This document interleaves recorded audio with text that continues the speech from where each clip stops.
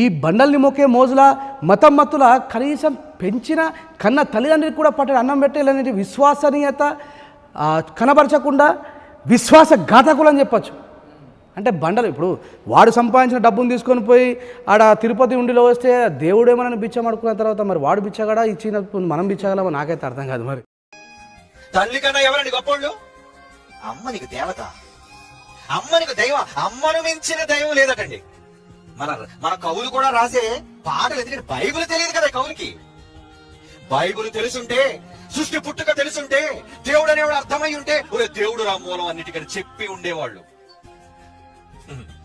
అన్నిటిని ఇచ్చిన దేవుణ్ణి పక్కకు పెట్టి భూమి మీద దేవుని వల్ల కలిగిన వీళ్ళందరినీ ఏంటంటే దైవాలుగా మారుస్తున్నారు.